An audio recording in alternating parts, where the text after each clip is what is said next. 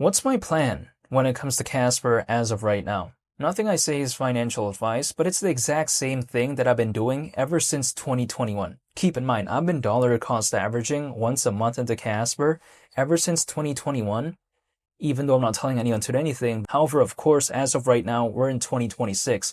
So just imagine that. It's been a long journey, and Casper, of course, hasn't been doing the best whatsoever. Many projects out there ever since then has greatly outperformed this, even though I don't think I've seen an altcoin season during this cycle, but still a lot have just outperformed this.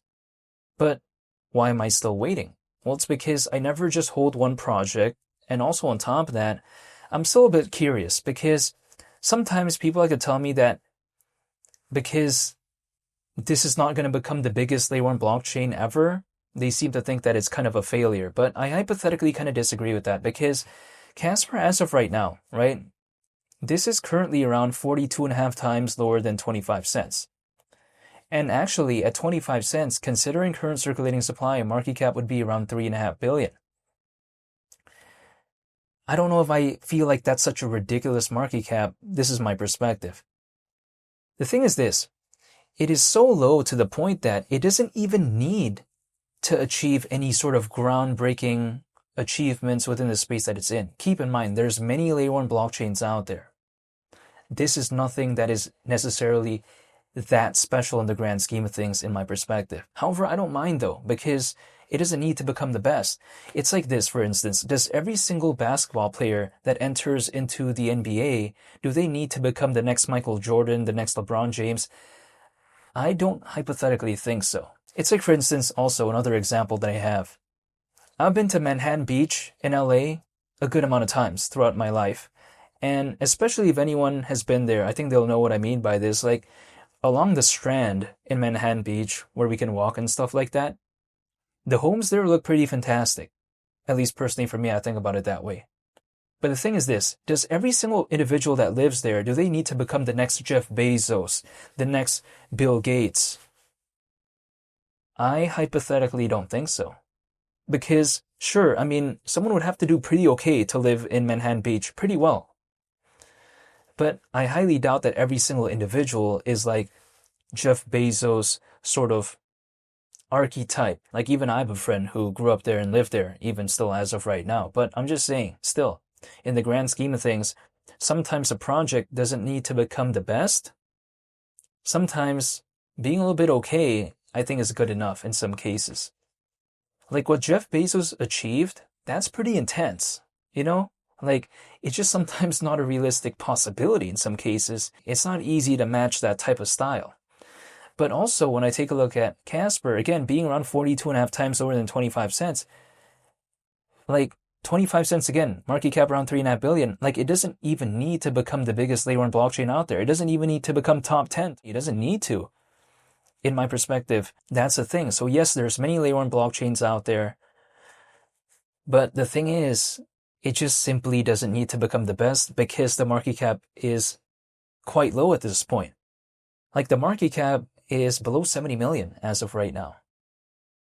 The thing is this, it's around 42.5 times lower than 25 cents, right? But the way you take a look at it as well is that is Cardano's native token called ADA, is that around 42.5 times lower than any point it could hypothetically sort of maybe even logically sort of reach if there was an altcoin season during the cycle? I highly doubt that. I mean, Cardano's very massive. I don't think BNB is around 42.5 times lower than any point I could ever hypothetically see it during this cycle. Neither is Ethereum, neither is Solana. This is my perspective. It doesn't mean that they're like not good. I don't think about it like that way. I think they're actually very impressive layer 1 blockchains, but actually at the same time, their market cap's pretty massive. So as of right now, the market cap when it comes to Casper is just relatively speaking kind of low for what it is. But this is my perspective. But who knows? Something low, it doesn't mean anything could happen, right? It could just stay low forever. Who knows? But at least I'm just waiting and that's it. However, here's the thing as well. People like to tell me who cares about this project, but if I take a look at it, according to CoinMarketCap, when it comes to top ISO 20022 tokens, Casper seems to be there. which I find pretty interesting considering how, again, a lot of people seem to think that it's kind of useless, but it seems to be there, at least the last time I checked. And sometimes people could tell me, who cares about ISO 20022? But here's the thing. ISO 20022, it's being used by many institutions as of right now from around the world for something called inter-organizational data exchange.